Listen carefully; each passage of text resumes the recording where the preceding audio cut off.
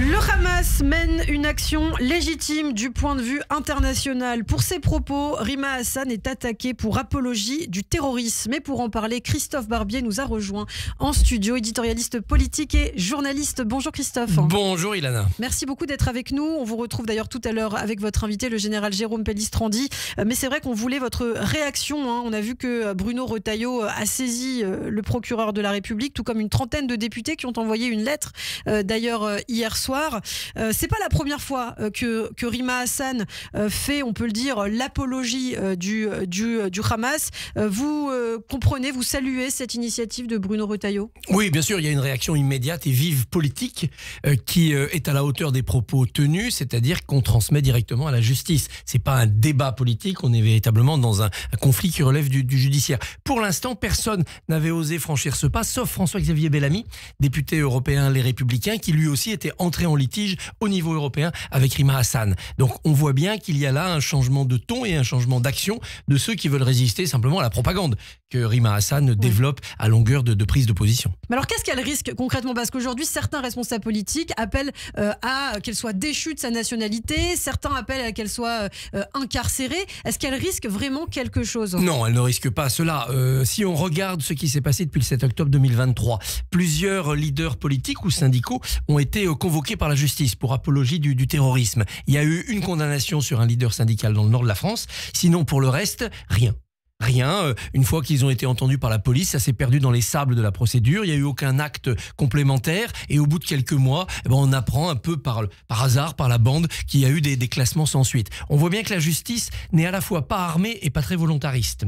Pas armée parce que le débat public, surtout quand ce sont des politiques, c'est compliqué, c'est délicat. C'est vrai qu'il y a ce qu'on appelle en France la liberté d'expression. Et quand on est élu du peuple, on a droit à une sorte de supplément de liberté d'expression. Et donc, c'est vrai qu'il faut réfléchir à deux fois avant de changer les règles. Et puis, il y a aussi le problème de la justice et de la culture judiciaire qui considère que toutes les opinions se valent et que notamment quand il s'agit de géopolitique, de politique internationale, c'est pas à elle de trancher. Avec peut-être aussi derrière cela, mais il faudrait des cas précis pour pouvoir étayer cette affirmation, peut-être un accord profond de certains magistrats, comme il y en a dans l'opinion, avec les positions prises par la France insoumise et notamment Rima Hassan. Donc ça veut dire qu'aujourd'hui on peut tout à fait faire l'apologie du Hamas sans risquer finalement une répression assez importante.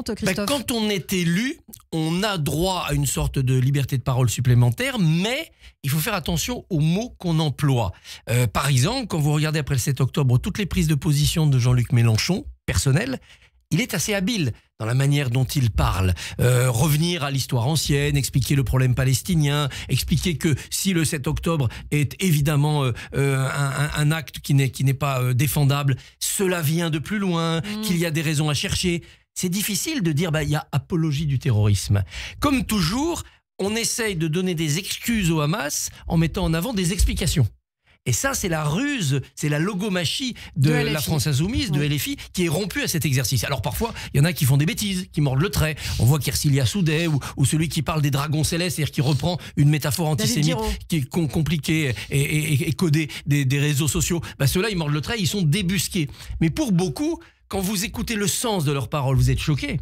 Mais quand vous regardez la lettre de leurs paroles, vous êtes magistrat. C'est fait avec intelligence. Et oui, c'est fait avec ruse et avec intelligence. Alors Rima Hassan est aussi revenue sur le conflit qui oppose en ce moment la France et l'Algérie. On l'a appris hier soir, Christophe. L'Algérie rejette, je cite, les ultimatums et les menaces de la France sur les accords de 1968. Qu'est-ce que ça signifie? Ça signifie que l'Algérie n'est pas prête à s'asseoir autour de la table pour dire d'accord, remettons tout cela à plat pour que à la fois la France puisse expulser plus facilement des ressortissants algériens que nous, Algériens, nous reprendrons. Et puis en échange, on demande à la France d'assouplir certaines règles. Parce que c'est vrai que l'accord de 68, il comporte aussi des désagréments pour les personnes de nationalité algérienne ou franco-algérienne.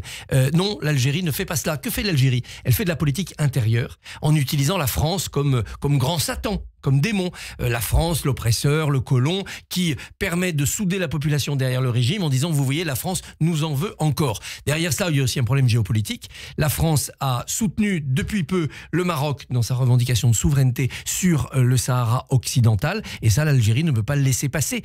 On est parti pour un bras de fer qui va durer et qui va encore s'envenimer. Et on va suivre ces développements avec vous. Merci beaucoup Christophe, rendez-vous tout à l'heure à 7h45. Votre invité sera le général Jérôme Pellistrandi. À tout à l'heure. À tout à l'heure. Radio